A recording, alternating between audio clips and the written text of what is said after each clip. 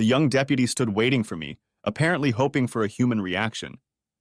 I think I mumbled something unintelligible when he handed me a clipboard to sign after saying those rather unpleasant words. Mr. Nathan Becker, you have been served. Please sign the acknowledgement.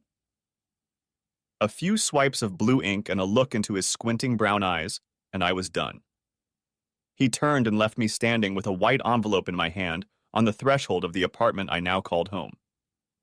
There were still boxes in the corners of each of the rooms, and a few bags of supplies bought from a few local stores were ready to appear throughout the apartment to give it some functionality. That first night had been months in the making. I just didn't realize it until the albatross caught up with me. Mrs. Becker disappeared with all the trappings of a decent marriage and commitment before brandishing me with rejection and dismissal on the way to my current abode. It was a quick trip, a half-mile in the other direction from what used to be home. When I returned from a business trip to Atlanta to meet with a new client, all my personal belongings were neatly stacked in the garage, and a handwritten note lay on one of the boxes. Everything else will be decided by the lawyers. No signature, nothing. When I tried to put the key in the locks, they wouldn't open. The windows were closed, the basement entrance was locked, and I was clearly outside. No one was home, and had I wandered around Jupiter, everything would have been as familiar as what I was feeling at that moment. Michelle and I had been fighting more than usual over the past couple of months, and I had even broached the subject of couples counseling, but to no avail. I guess I didn't blame her for that, since neither of us thought about counselors in general. She was angry with me when I left, and apparently continued to be angry, so much so that she decided to pull a marital coup and kick me out. The first call to her cell phone went unanswered. The next call to her workplace went to the receptionist, who informed me that Michelle was away on a business trip and would not be reachable until her return. Of course, she told me this after I introduced myself. She offered to take my message, and that was the end of it. 15 minutes later, I received a message from Michelle. Consider yourself divorced. Of course I do. As soon as I find out where you live, I'll send you to court right away. Stay away from my house. It was cold. It was Wednesday, and I needed somewhere to live. The house was definitely hers. She had gotten it when we got married, as a trophy after her first divorce. I think it was good for both of us. My first marriage had ended badly, and in the time between marriages I had learned not to get burned again if I could help it. So when Michelle suggested a prenuptial agreement to protect her assets, I did the same for mine. This included my consulting business and stakes in various other businesses. One of those businesses included 2 small condominiums registered to the consulting firm, and they happened to have 4 vacant units. I chose one of the vacant furnished apartments as my temporary home, and by evening, everything in the garage was in its new abode. Utilities were already connected in the company's name, and the first thing I did was send Michelle a text letting her know my new address. The next thing was to lock up and head to the pub on the corner to share my woes with my favorite bartender. It was a familiar place to me, as my office was only a block away from the apartment building and the corner pub. I'd say you look like shit, Nathan, but you'll prove me a liar. You look as good as ever. Jeanette was another victim of divorce. For 3 years, she'd been trying to survive by opening her own pub in a thriving midtown neighborhood. Things were going well so far, but the divorce didn't do her any good. Her husband took everything of value and fled to a new life on the West Coast with his secretary, who turned out to be 20 years younger than him and 2 sizes larger than Jeanette. She had eventually decided to buy the pub, having inherited it from her father when he passed away 2 years ago. You say that every time I come here, Jeanette, but I never get tired of hearing it. She poured the IPA into a tall pint glass and set it in front of me. So, what's new? Michelle is divorcing me. Are you kidding me? When did that happen? I got back from Atlanta this afternoon, and she packed all my stuff into the garage and left town on business. What the hell? She was here last night. She came with the crew she works with downtown, and one of the guys in the group was buying drinks for all of them, like they were celebrating something. I thought they looked a little cozy. Now I was getting curious. The pub was never a place Michelle went unless she was with me. She was more into wine bars, like most of her peers. One exception was Dan Mosey, her boss. He'd shown interest in the place even before Jeanette bought it, and considered himself somewhat of a beer connoisseur. If they all came here, it would only be at Dan's suggestion.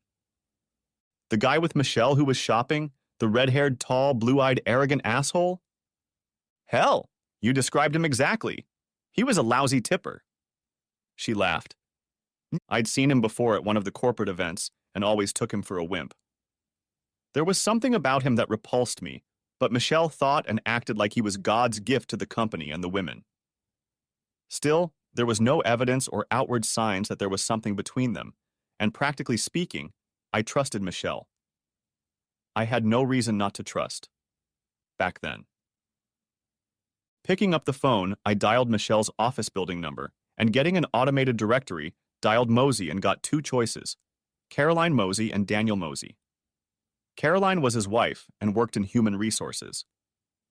I pressed 2 to dial Dan's office phone number. Hello, this is Dan Mosey from Hawthorne Financials. I will be out of the office until Monday morning. Please leave a message and I will get back to you as soon as possible. I sent an email to Michelle's work account. The response was expected. I will be out of the office until Monday morning. Please contact Cheryl Griggs with any issues that need immediate attention. Nathan, what are you doing? Jeanette asked with a smirk. Asked Jeanette with a smirk. Asked Jeanette with a smirk. Looking and seeing. I opened the mapping app on my cell phone, dialed Michelle's number, and did a search. 10 seconds later, it showed her at the Pierpoint Dunes Hotel, an hour south along the beaches. Let me borrow your cell phone, Jeanette. She held it out to me and I dialed the hotel number. Dan Mosey's number, please. Who's calling? Hawthorne Financials. They're expecting a call. The operator connected me to his number. Good guess. On the third ring, the receiver was picked up. Hello? I pondered the answer for a moment, but a glance at Jeanette ended the call. Michelle had answered the phone from Dan Mosey's room at 11:05. That left no doubt. The next call was easier. I called the information desk to get the number and asked to be connected. Hello? Mrs. Caroline Mosey? She answered in the affirmative. I'm sorry to bother you at this hour, but my name is Nathan Becker. I believe we've met a couple times before at corporate events. Yes, Mr. Becker. I know your wife Michelle from work. What can I do for you? Well, I hate to tell you this, but I think you have a right to know.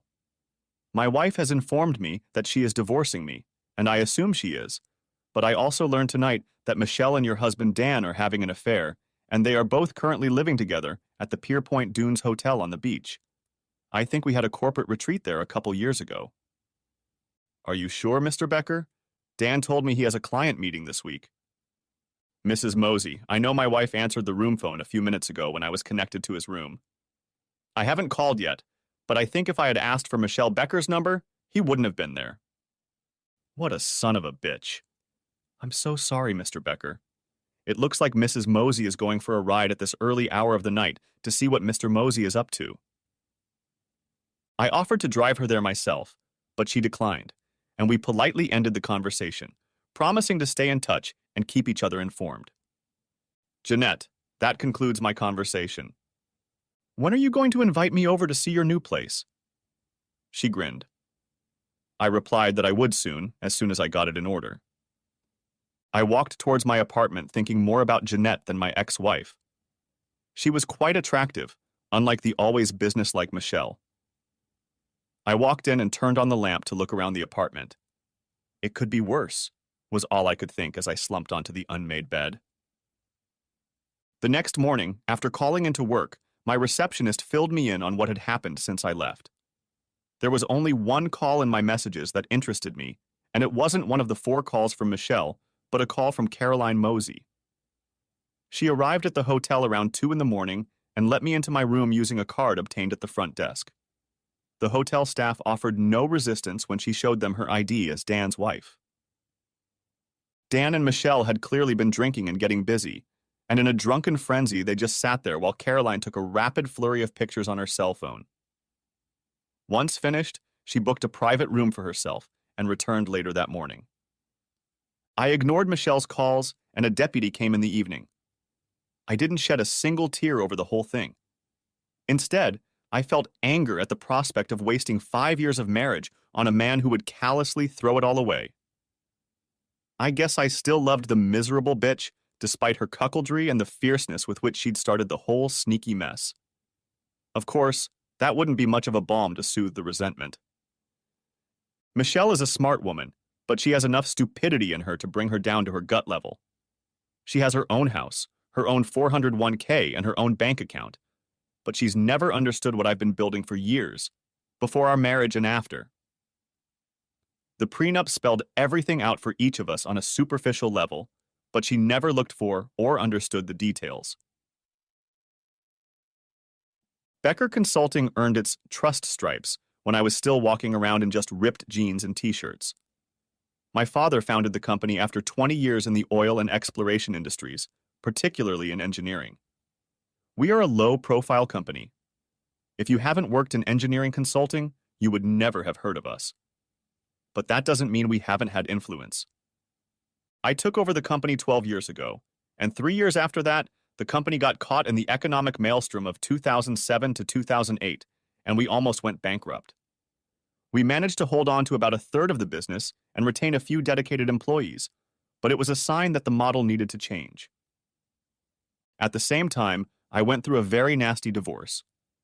I lost both my home and the cabin in the mountains where we vacationed during the summer months.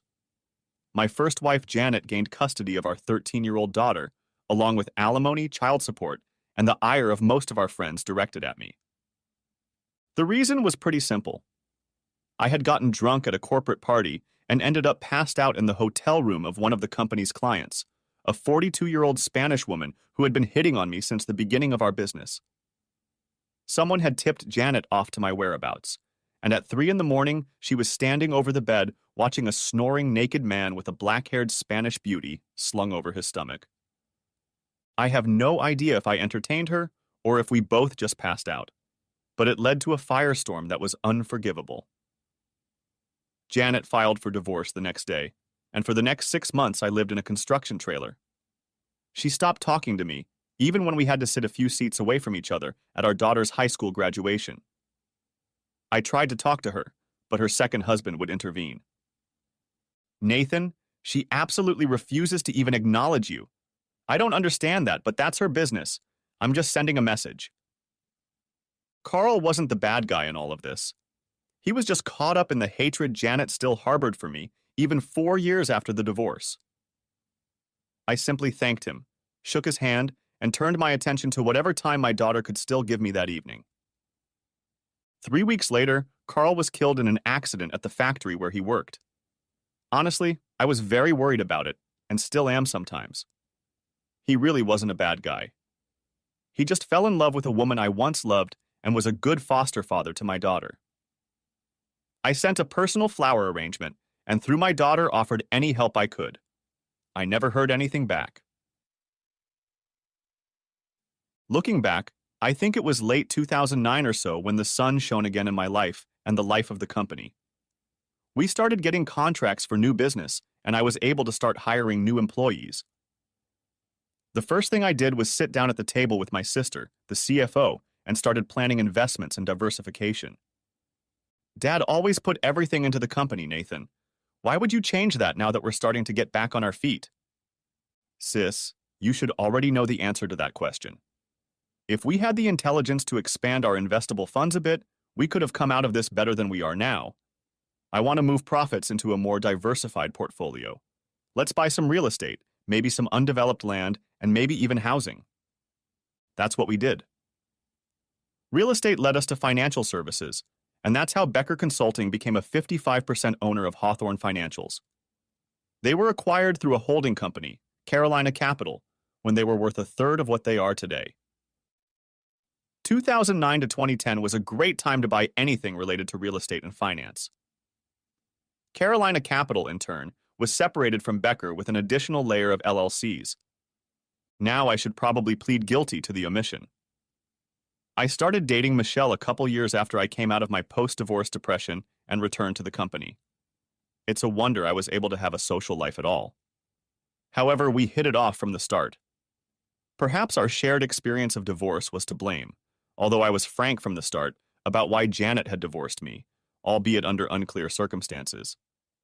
I didn't tell her that she worked for a company that was, in turn, tied to a controlling interest owned by my family company. I was going to, but frankly never did. When I missed the opportunity to tell her about it, too much time had passed, and I just felt uncomfortable mentioning it. Plus, I never thought it would be a problem. I hadn't been directly involved in any of this until now. As I sat at my cluttered kitchen table with Michelle's divorce petition in hand, I thought about her lying in that man's bed and wondered how many times before this week she had cuckolded me like a fool. The petition was simple enough. We shared ownership of the household property, but she owned her house and I owned my newly acquired cottage in the mountains. Clean and simple. All it took was a phone call. Dawn, it's Nathan. Since she served me last night, is there anything stopping us from doing what we discussed? Don was my attorney handling personal legal matters, and I had spoken to him the day before. Well, let's get this straight again. What is your income on your W-2 form for the last 5 years? $52,000 a year before taxes, and not a penny more. And how much does Michelle make? She makes about $120,000 to $140,000 or so, not counting performance bonuses. If we pull the trigger, Nathan, she'll be sucking on grapes for a week. Right now, I don't care. So the next day, the triggers to escalate my divorce war were pulled. On Friday morning, Michelle Becker and Dan Mosey were fired for violating company morals and fraternity regulations. Michelle received severance pay in accordance with the regulations. Dan was fired and escorted out the door by security. That same afternoon, Caroline Mosey got Dan served with a dissolution of marriage suit and kicked out of the house. They were both facing an expensive trip to the beaches. I didn't have to do any tricks with transferring money to different accounts, canceling credit cards, and the like. We each had our own. At the end of the day, I sat in my lawyer's office, sipped cognac at probably $300 an hour, and signed all the papers agreeing to Michelle's terms. One of his administrators took a packet of papers to the courthouse to file before closing. For laying a bitch, or better yet, a couple of bitches, getting divorced, finding a new home, and losing $15,000 on a divorce lawyer in 1 week, said I to my lawyer and friend. And I went back to my empty apartment and cried for the first time since my first divorce. 6 months later, I picked up a copy of the final judgment and put it in a safety deposit box. Next chapter. After burning Michelle, as I called it almost a year ago, I slept with Jeanette 4 times, not counting that evening. The aftermath of the burning was pretty unflattering. Michelle still lives in her expensive house and works at a competing firm not far from my office, albeit with much less remuneration. As a subordinate in her office affair, Hawthorne Financials paid her 6 months severance pay, and she waived any rights to contest her termination. Things were not going so well for Dan Mosey. He had suffered his 3rd defeat in the marriage, and Caroline had scorched his ass in the divorce. She got their house to live in until their daughters reach 18 or graduate from college, whichever comes later. He pays alimony, child support, and has to give up half of his pension. As for work, he ended up getting a job as assistant vice president of a regional bank in a shopping center, earning about half of what Hawthorne was paying him. I actually get to see Caroline from time to time. She's taken a job with one of my engineering clients and does the bookkeeping. We've gone out to dinner a couple times, but it's a platonic relationship. Entertaining Dan's ex-wife would be too corny, although I'd be lying if I said I didn't think about it from time to time. Jeanette was in the kitchen making a cappuccino the morning after one of our pleasant evenings together when my doorbell rang. "Hi, Daddy." She stood with a hesitant smile, waiting to be invited in. Mom and I named her Rose after Janet's mother, although the dominant gene for redheadedness never showed up in her lineage. She had my hair and complexion, swarthy and tanned. I hugged her and invited her into the house. We hadn't seen each other in months, and even then there was a tension between us that I had no way of picking up on. "How are you, Rose? And what a nice surprise this morning." At that moment, Jeanette walked into the living room and introduced herself. If I thought this was going to be awkward, I shouldn't have minded. The two of them seemed at ease, but after a few minutes, Jeanette bowed out and informed me that she was going down to the pub for a while to make some inquiries. Daddy, I know I'm not around as often as I should be, and for that I'm sorry. I'd like to change that if I can. Honey, you don't need to change anything. You're welcome here anytime, you know that. We chatted for a bit longer before she became much more serious. She seemed to hesitate before she mumbled.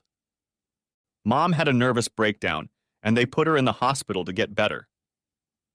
Some part of me wanted to exclaim, "Why the hell should I care?" She hasn't said a word to me since the day she filed divorce papers when you were still 13 years old. But I didn't. In 8 years, the woman I'd been married to for 14 years never recognized that I still had blood flowing in my veins. Rose, I'm sorry to hear that. What would you like me to do? I didn't know what to expect from her in response, and what she said next discouraged me. Mom wants you to visit her in the hospital. The last time I'd tried to have a word with her was at Rose's high school graduation, and I wasn't sure what I was actually going to talk to her about. That's not really true. There are a lot of topics I would have talked to her about years ago. For example, why couldn't she at least sit down with me and talk about what happened the night she found me in the hotel room? It was only later that I found out that another couple had planted 2 very drunk partygoers in that room and left us to our fate.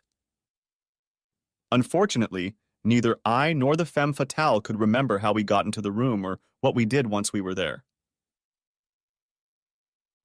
When we woke up the next morning, both of us in the same bed, and we were both extremely surprised. She told me later that she didn't think we had done anything that night, but she couldn't say for sure. Rose, if you think it would be good for me to go see her, I'll do it for your sake. I can't imagine why she would even want to see me. Dad, I think this has been going on for a long time. When Carl died, Mom hardly ever left the house, and other than going to work every day, she never went anywhere except to visit me at school sometimes. A couple of months ago, I came home and found her drunk and crying terribly, and she wouldn't tell me what was going on, just kept saying everything was a mistake. Last week, a neighbor found her walking down the road at night wearing only underwear and drinking heavily.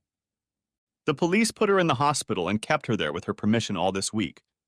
A couple of days ago, she asked me to come and see if you could come and visit her. I assured Rose that I would come, and then bought her lunch at a nearby cafe and started to get into what was going on in her life. She was about to graduate from college with a degree in marketing, but she still hadn't found a job. Until then, she was going to continue working as a waitress downtown. After we parted ways, assuring me that I would indeed visit her mother, I crossed the street and sat down at the bar. No sooner had I placed my order than a tall IPA appeared in front of me. So, are you and your daughter okay? Jeanette asked. Asked Jeanette. Yeah, she seems to be. But damn it, her mom wants me to visit her. She's sitting in the lunatic ward at the hospital downtown. The same one who squeezed the balls out of you and tried to send you to an almshouse? The one and only. Lucky you. She grinned and went to the bar to wait for a couple customers. Sunday afternoon, I was as ready as I could be. I always dress well, but this was my casual look, jeans and a pullover. As I reached for the doorknob, my mouth went dry and I fumbled for a mint in my pocket. It was a 10-minute drive to the hospital, and it felt like I'd been staring out of the abyss for half my life, or at least 8 years. I don't know why I felt that way. In the last year, I'd managed to get into a second marriage, flush it out, and become comfortable in my own skin. The dryness returned when the elevator came into view, and I chewed on a soft mint, hoping the commercial burst of flavor would wipe away the cotton candy. It was one of those glass elevators that are outside, and the ground goes away from under your feet as you go several floors up. Eventually, it slowed down and then stopped, and the door opened. I was very surprised. It didn't look like a hospital room at all, and certainly not like a cuckoo's nest. On the contrary, it was like a cozy house with soft furniture and paintings on the walls. I entered the ward, and a stocky nurse led me to the residence where Janet lived. The nurse didn't know my medical history or the adventures between patient and visitor, except that I was on the visitors list and everything was fine. I cannot describe the feeling with which I approached her and saw her before she saw me. 4 years ago, she had been a devoted wife to another man and didn't want to hear a word from me. That was the last time I had seen her until that moment. She still looked attractive, although the hospital clothes did not emphasize her figure. She had lightened her hair, turning it from a natural strawberry blonde to a short cut. "Hi, Nathan. Thanks for coming." There was a smile in her eyes, but at the same time sadness or pain. I couldn't tell. "Hi, Janet. It's good to see you." I didn't know if that was true or not, but it felt like the right words to say at the moment. We didn't hug, and I didn't greet her like a long-lost friend. Hell, I shook her hand like a business associate. Damn weird. "This is a hell of a place to meet after all these years, isn't it?" she said, with a tinge of wistful irritation. It was obvious she was trying to hold herself confident. "I guess it's not the kind of place I'd be looking for if I wanted to have a beer and a chat." I tried to break the veil hanging over the conversation. "Well, they make a good iced tea, and not of the Long Island variety." She smiled again, a spark of life in her eyes. "I asked Rose to see if she could invite you to my place, and I know it seems strange after all the silence we've had over the years, but it was necessary. Both my doctor and I are in agreement." She paused briefly after that, and then continued. "I think you already know that I've completely lost my mind, or I wouldn't be sitting here, would I? Rose saw it coming, but I let it get out of hand. I guess there's a reason for that, but not an excuse. Nathan, the first thing I have to do is apologize to you for the way I acted. I know that at some point I will need to explain the circumstances of why I reacted the way I did, but now is not the place for that. I'd like to do it later, in a more appropriate setting than this one. But I want you to know that I'm sorry I couldn't sit down and talk to you at the end. I almost killed myself last week. I couldn't carry around the guilt of it all. Instead, I drank myself into a stupor and hoped someone else would do it with a car or something. How stupid of me. It would have devastated Rose. Janet, the important thing is that you got help before this could happen, and I know Rose is very worried right now. She came over yesterday morning and we talked for a long time and then we went to lunch. She's a good girl. I'd say you've been wonderful in guiding her through her teenage years." She thanked me for that, smiling warmly. "Yeah, she's a great kid. Heck, she's a woman now, but I sure messed up her life. I guess me being your doppelganger didn't help. You know, Carl kept trying to tell me I was acting wrong, but he was always a gentleman. He never interfered." Janet quickly looked away. Tears filled her eyes and she hastily pulled herself together before turning back around. "Carl was a good guy, Janet. I was sorry when I found out what happened at the plant." "Yes, I know, Nathan. Rose told me you were offering everything we needed, and yet I was still as cold as ever. I will regret that forever. And I'm sorry about your divorce, Nathan. I know it was painful." We talked for a few more minutes about Rose and what was going on in her life, and I got ready to leave. "So what's next for you, Janet?" "I'm going to stay here for a few more days as my doctor advised. When I get home, I'm going to slow down a bit. If you agree, I'd like to meet with you sometime to talk about what happened to us, Nathan. I need to talk it out, and you have a right to hear it even after all these years. Could we do that?" She looked at me hopefully, and I didn't know what I wanted out of this, so I compromised. "We'll see. Let's get you fixed up first and make sure Rose is okay, then we'll make our move, okay?" As I rode the elevator down, I realized that this whole day had really been an anticlimax.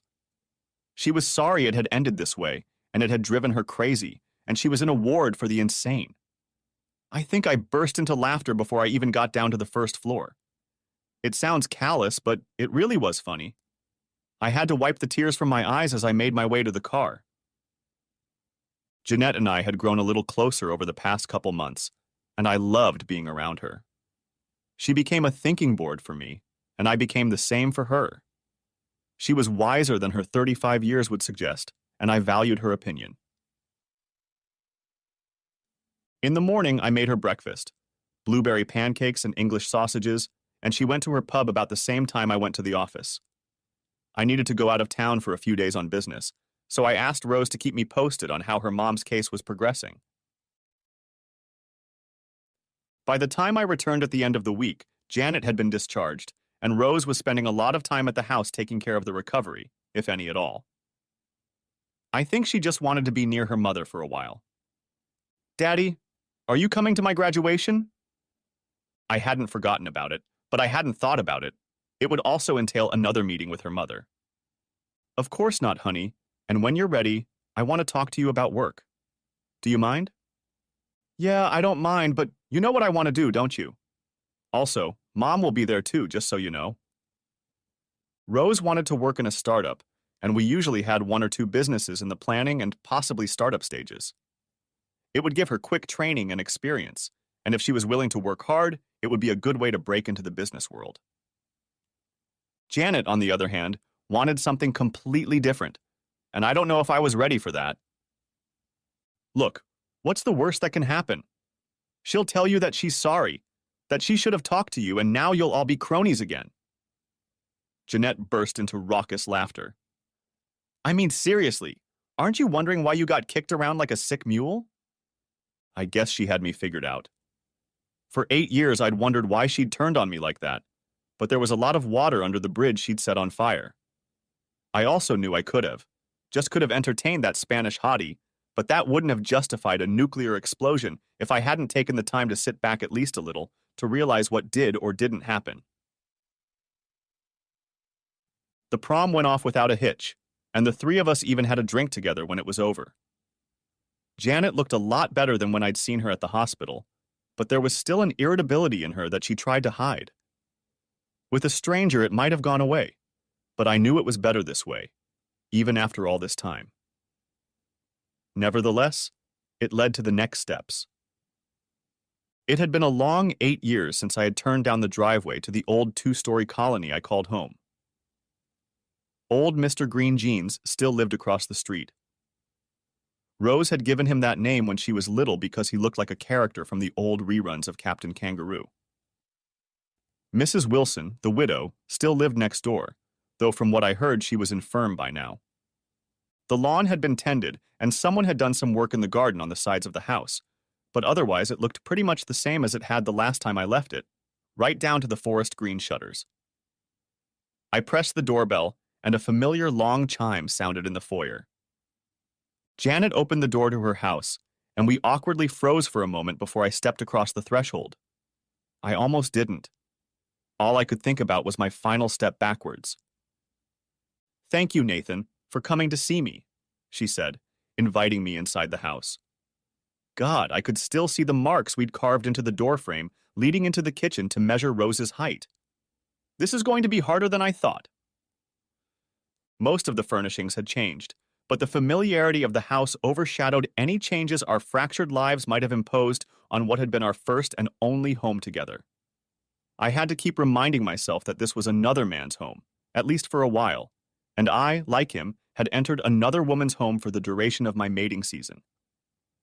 It was like a bad television script when Janet invited me to sit at the kitchen table I knew so well. I poured the beer she gave me into a frosted mug and settled into the chair that had been mine for so long. She was still drinking the white wine. Well, I guess that's what I asked for, and now that I have you, I'm still trying to figure out how to get started. She tried to laugh, but it failed. Janet, why don't you just tell me how you've been doing lately? Are you still working at the Squirrel? Yes, although about a year ago, they moved me to Crosstown to run their new store. I'm doing well there. I'll have worked for them for 20 years by spring. They've been good to us. Rose worked for them at the school. We talked mostly about the ordinary things in our lives, and I felt that she knew more about me than I knew about her.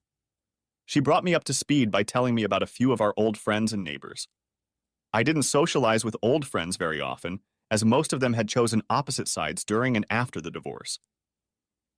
Nathan, I think I should cut to the chase. I think it was Carl who pressed me the hardest, and I didn't listen to him. In retrospect, I can say he was right. You deserve to be treated like a man, and I acted like you didn't exist. It ruined Rose's life, and to tell you the truth, it ruined me even more. Carl always said only good things about you. You know he really did. And he always got me to find a way to forgive you, to sit down and have a real talk with you. He wasn't threatened by anything. God knows I should have listened to him. He came around a couple years after we broke up and was one of the few people who saw right through me as an abused woman. Somehow he broke down the barriers I had erected after several failed attempts to get back on stage. She smiled slightly and continued. When he was killed at the factory, I pretty much shut myself off and was all about work and making sure Rose was on top of things. Carl and I had a good marriage, but it was more like we liked each other terribly. I needed a man, and I didn't want to cohabitate with Rose, who was a teenager and all, so we got married. Damn, I talk too much about Carl and not enough about why I want you here. She refilled her glass with wine. Janet, what caused the breakdown? I mean, that's the most important thing, isn't it? Yes, it is. Do you remember James Solomon? He was your father's personnel officer, and you kept him on as a consultant. He often stopped by your house when you had a busy schedule. But you didn't know that he often came over when you were on the road with clients. So why didn't you tell me about this when we got married? I don't really know, Nathan. I guess I knew I could handle it. I wasn't going to go to bed with him, but the attention was nice. You were gone half the time, and he'd come over on one excuse or another. We'd have coffee and talk business, but I wasn't stupid. I knew he was looking for fun, but like I said, he failed every time. Anyway, he was the one who told me where to find you that night. Hell, he had a key to the room, and he warned me about what you were doing.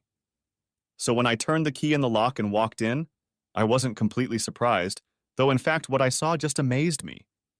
I realized that our marriage was over. I don't know how much you remember it today, but a woman pressed her face and lips right against your things, and you both passed out from what seemed to be a night of debauchery. I completely lost my head.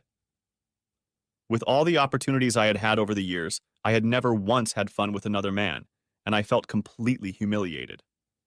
The only way out I felt was to proceed with the scorched earth method, especially when James told me that it wasn't the first time, that you do it all the time, that it was common knowledge among the counselors and even some of our friends. You know what came out of that.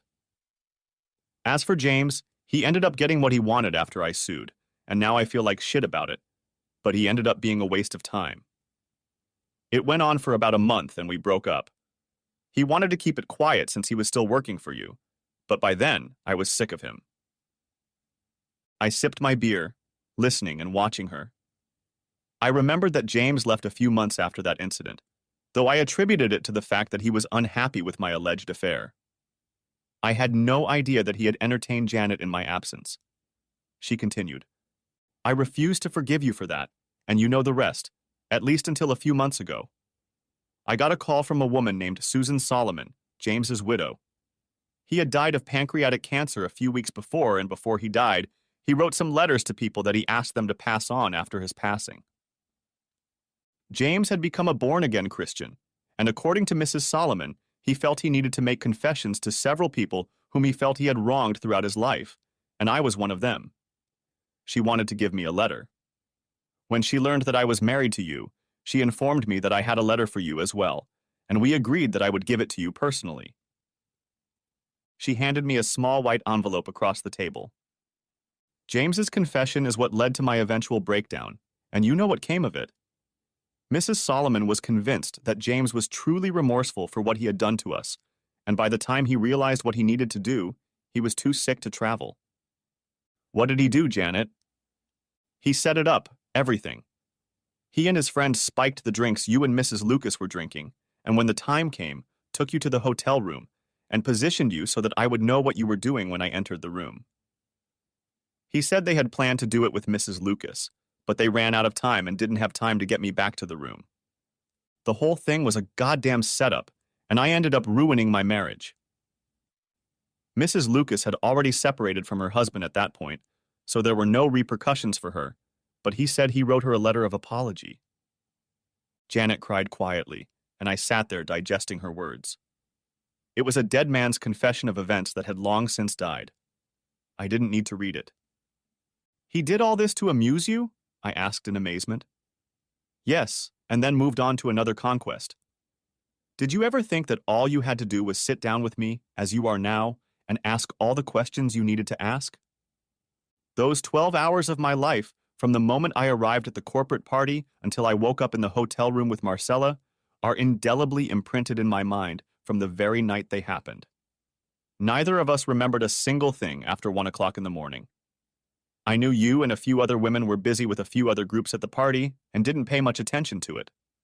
We were all drinking. Janet, not once in our entire marriage have I ever willingly cheated on you, and for 8 years now it's been killing me to think that I might have done it in a drunken stupor. And yet I never had a chance to defend myself or do anything to save my marriage. I had loved you like no one else for all those 14 years, and overnight it was all swept away. Not only that, you hurt me to the max for something I had absolutely no recollection of. Have you ever read Kafka? That's where I was for 6 months, until my sister sat me down at the table and read me The Riot Act. The only connection to my past life was visiting Rose, and I guess I can be grateful for that. Her eyes were red with tears. I didn't need any revelation to realize that she had always been wrong, and even before this latest revelation, she knew it too, and that made me even angrier. Perhaps that was what had pushed her into the cuckoo house, the realization of her grave sin. Do you remember the first time we saw this house? I asked, trying to put some levity on the situation. She nodded in response. I always thought it was too big, but once we moved in, before Rose came along, I fell in love with it. I remember carving the first notch in there when she was about 2. The memory broke through the anguished expression on her face and brought a slight smile. I've forgiven you, Janet. I left all I could when you and Carl got back together, and I started dating seriously again. The only thing I still carry with me is the pain of not being able to be there every day while my baby girl grew up and became a woman in her own right. Visits just don't cover it, I guess. Nathan, even though you never told me until now, I knew you had forgiven me back when Carl was here. I just hadn't recognized that I had done anything wrong yet. It didn't come until after he was gone. Is there anything I can do to make things better between us? I didn't need to hesitate. Keep being a good mom to Rose and a good grandmother to the grandchildren she can give us, and I'll get another beer. She laughed and brought me another freshly frosted mug. So you're going to relive your episode? I asked her. It was part of it, but knowing that you forgave me helps me know that I can handle it. I sat at the wheel for a while, reflecting on our conversation and the revelations about how my first marriage had crumbled, and realized that someone was stirring shit in the pot, and I was the wand. But now he was just worm fodder. On another note, I'm having lunch with Rose and Janet next week. Next chapter. Have you entertained her yet? Asked Jeanette half seriously as we were cooling off after one of our usual outings. I'm not going to. That's what I thought too. I had no desire to. You have lunch with her a couple times a week, she said with a smirk. Maybe, but never lunch. About the lunches, she was exaggerating. It was usually once a week, and usually Rose was with us. I think Janet still had a feeling in the back of her mind that behind all the therapeutic mishmash, there was a sliver of optimism that she could rekindle something between us.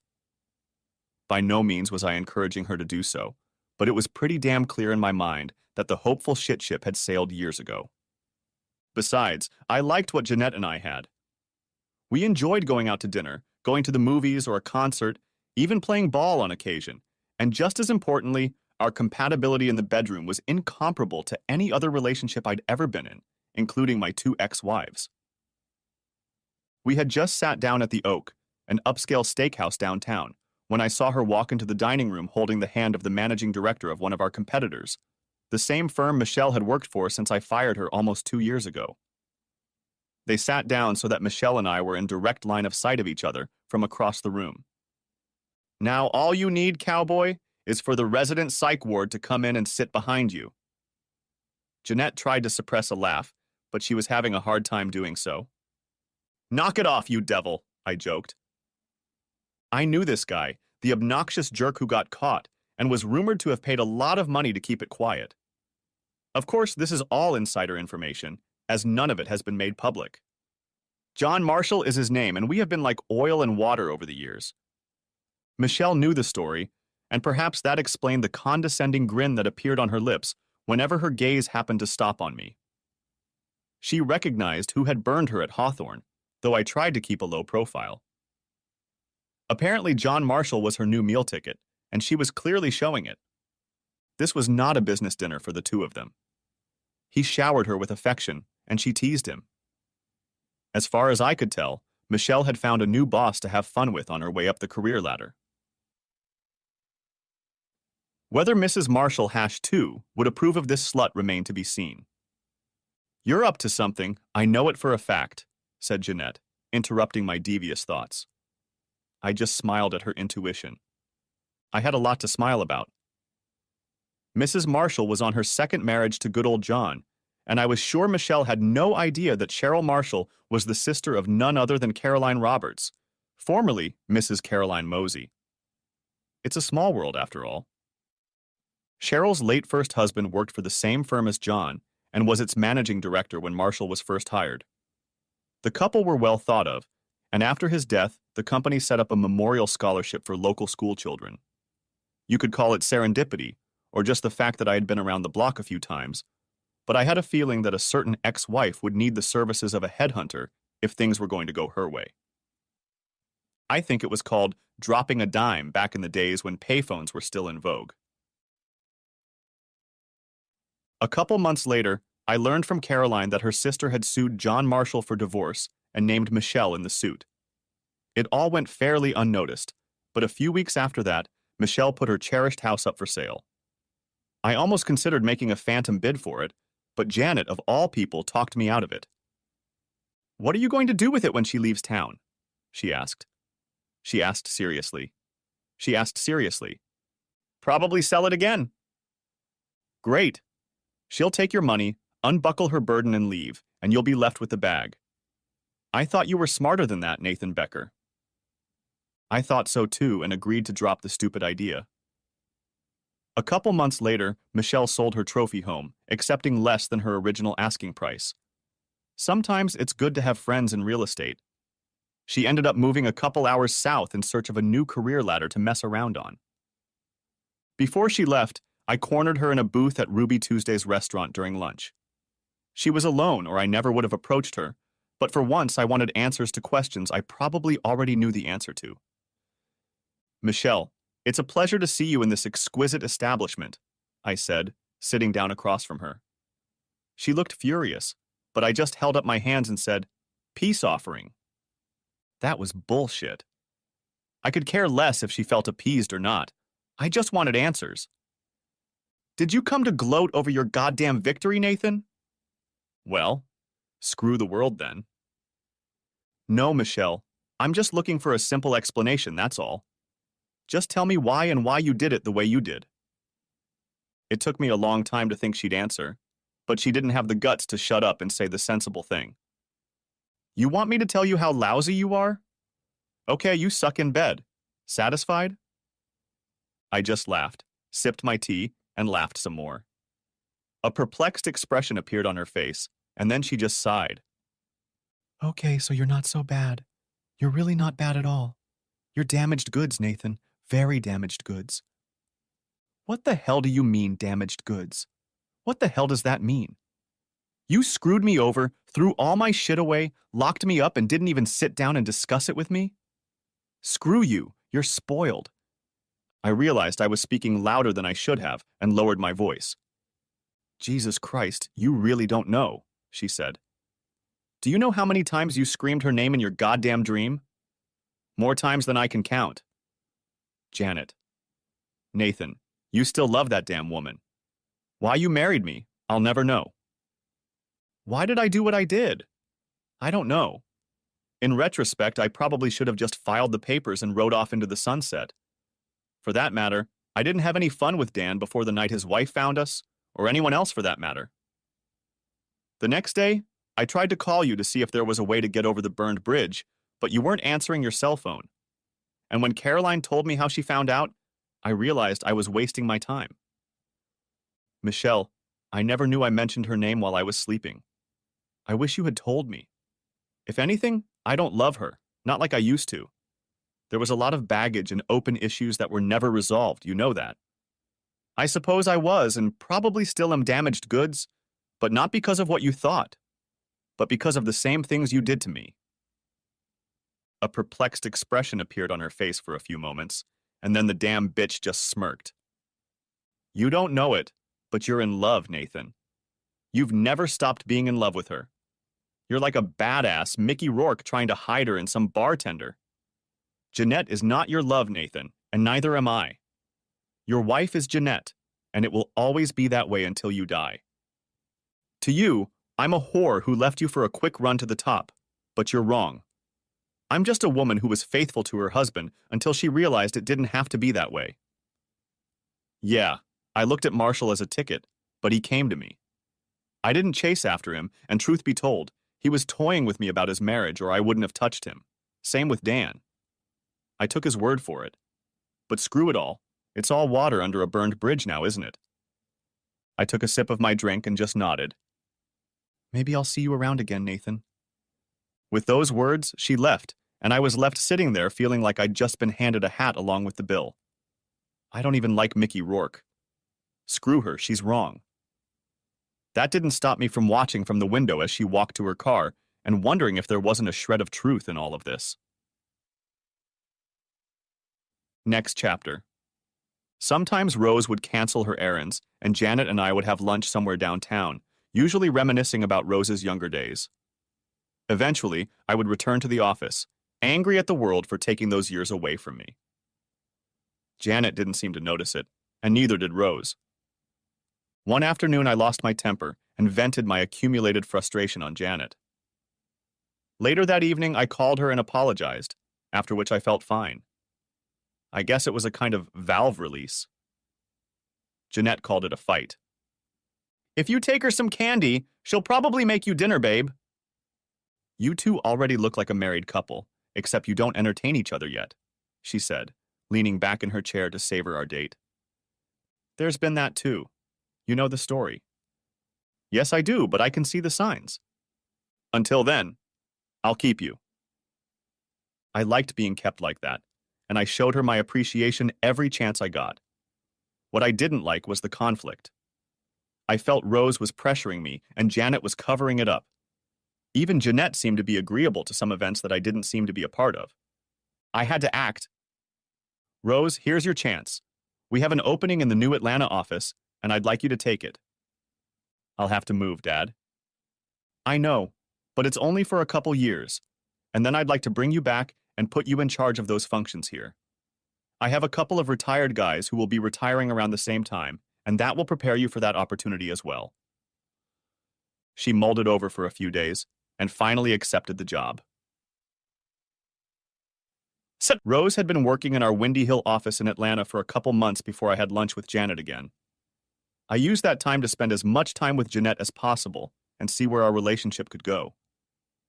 The fact that Rose was working out of town gave me an excuse to cut back on the number of lunches. If I thought that ridding Rose of her role as mediator between her mother and me would resolve my own conflicted feelings, I was wrong. Nathan, you have to come. You're the one she asked for. Janet was throwing a farewell party for Mrs. Wilson from across the street, who was moving in with her daughter in Connecticut instead of hunkering down in a nursing home in a neighborhood across town. The congregation is small. Her two daughters, Old Man Green Jeans, and a few other neighbors from this street. You can bring Jeanette with you, too. I thought a little and agreed to come the following Saturday afternoon. By all means, I was going to take Jeanette with me. That would allow me to get outside when the weather was nice. She didn't want to go at first, but I made sure to bring a smile to her face, and she agreed. We arrived around 1 o'clock, and the backyard was fully decorated, and the guest of honor, smartly dressed, was sitting in a wicker rocking chair. Old Mrs. Wilson was now in her late 80s, but she always remained a beautiful woman, even when her dementia set in. The big surprise was that Rose was here too, having arrived the night before. We introduced ourselves to each other, and everyone went into party mode while I, along with a few of the neighbors' husbands, helped grill. Jeanette was socializing with the other guests, and I was surprisingly relaxed chatting with another couple and Janet. We were all laughing and having a good time, and I didn't notice Jeanette watching us, at least not until I thought about it later. When it was time to leave, we all agreed that we would do it again and keep in touch. Jeanette was pretty quiet that night, and when it was time for the evening to end, she went to her room instead of staying up to sleep with me. I didn't pay much attention to it at the time. I just figured we usually spent Saturday nights together. The next day, she came back and dropped a bombshell on me. Nathan, I'm going to try to put our relationship on hold for a while. I need some space. Okay, I decided to give her some space. That's okay, Jeanette. I have a few projects I need to get done over the next few months. I know I'm not the brightest bulb, and when she kissed me goodbye, I never realized anything. It wasn't until I came back after work on Monday and saw that she had taken all her stuff out of the apartment that it hit me. She'd gone, left me. I wanted to go to the pub and talk to her, but pride got in the way. Before I could let it go, the phone rang and it was Janet. Hey Nathan, would you like to have a drink with me at Charlie O's, my treat? She asked enthusiastically. At first I was going to turn her down, but I agreed and headed out the door. When I emerged, she was already there, chatting animatedly with two other couples, and they were all laughing. Nathan, come here, she shouted. Let me introduce you to my friends from work.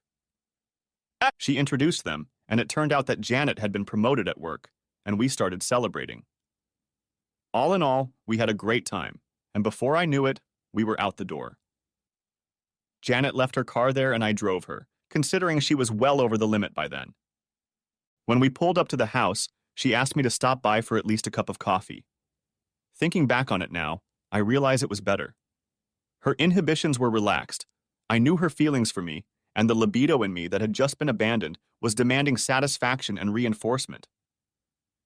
I didn't know what to say when we were done, so I didn't say anything, and we just hugged. The next thing I knew, it was 3 a.m, and I knew I had a 10 a.m. flight to catch. I made the flight to Atlanta on time and spent the day at the office where Rose worked. They had just finished an external audit, and we had exit conferences with the accounting firm in the afternoon. That evening, I had dinner with Rose at Buckhead. Daddy, I understand you went out with Mom last night. She was worried you wouldn't be here in the morning until I told her you had to be here tonight. A sly smile appeared on her face, as if she was privy to the mystery of the cat that killed the canary. Yes, but it could have been a mistake, Rose. We were both drunk, and otherwise it probably wouldn't have happened. What nonsense, Dad. I saw it in your faces on Saturday. That's why Jeanette was leaving. She saw it too.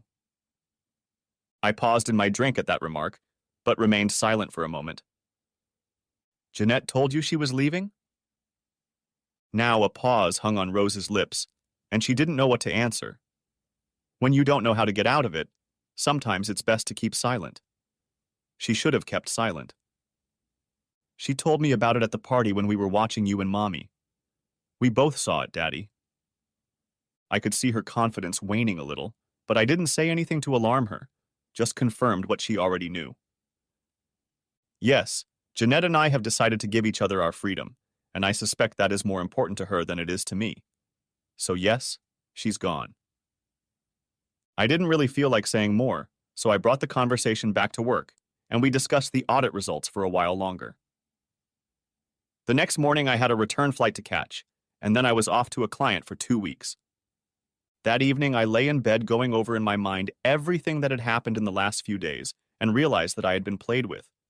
But well, Janet and Rose, old neighbors, and Jeanette were there to witness all the good times.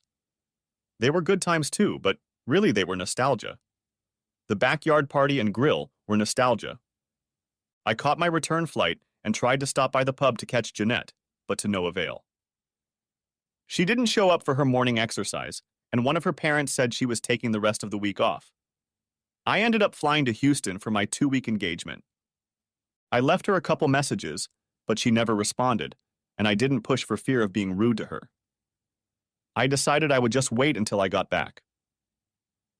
I flew into town on Friday afternoon, and when I walked into the pub, one of the new barmaids informed me that she was out for the evening with a friend. She winked when she said this, and my heart quietly broke. She didn't know we were a couple until a couple weeks ago.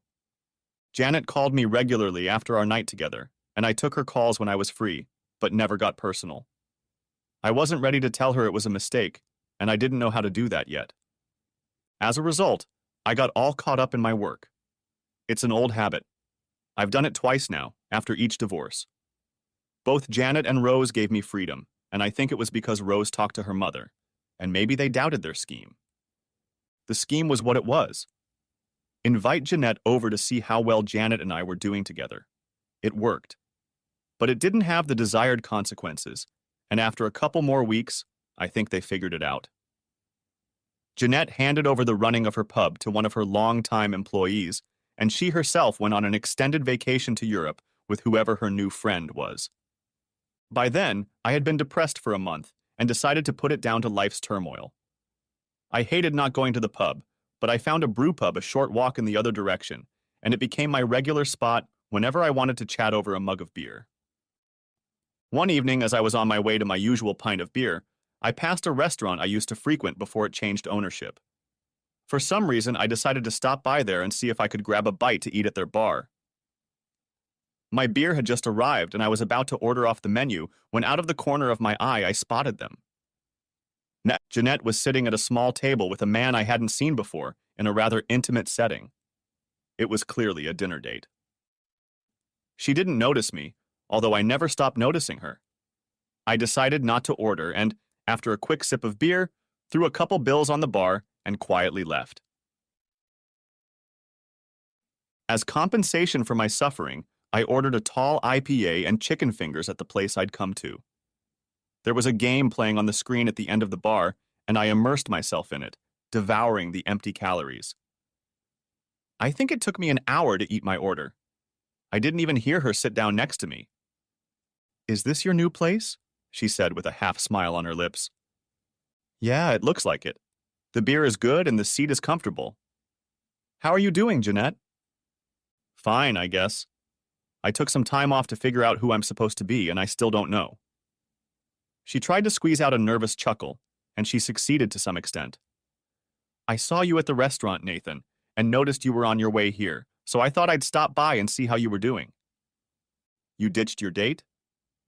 It was my attempt to inject some humor into the conversation. "Oh no," she laughed. "We came in our cars. I need to stop by the pub and start closing the books for the month." "Well, he's a good-looking guy. You've done well for yourself. I hope it works out for you, I really do." I tried to smile, but it came out perplexed instead. She was just laughing at me. "What's so funny?" I asked, and got serious too. She had to force herself to stop laughing before she could answer. "He's as queer as a $3 bill, and he likes black boys." We both burst into unrestrained laughter, and the ice was broken, even if she wasn't mine anymore.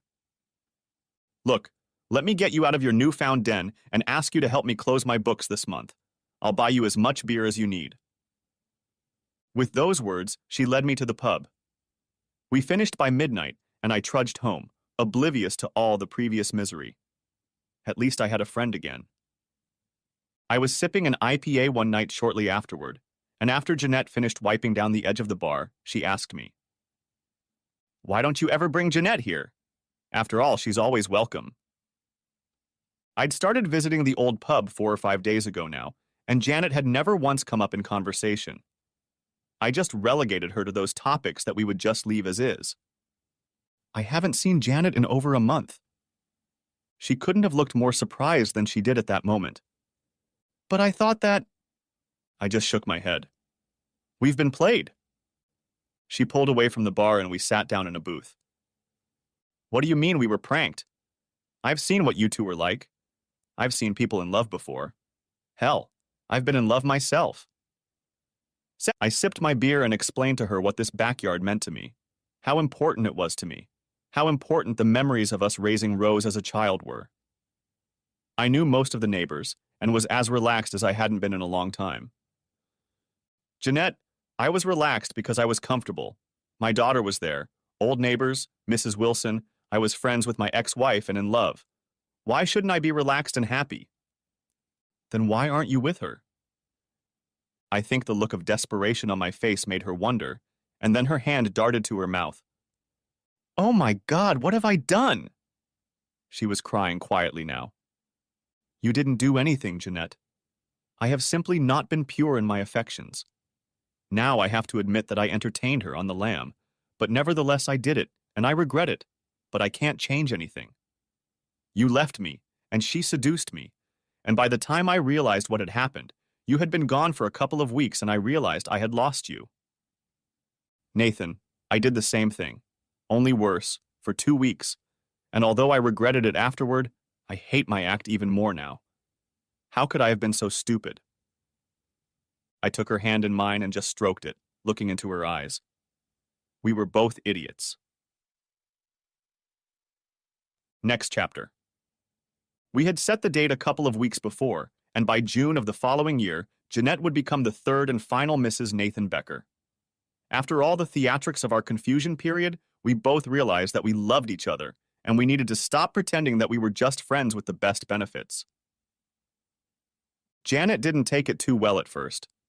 She was mad as hell at me for not making a commitment.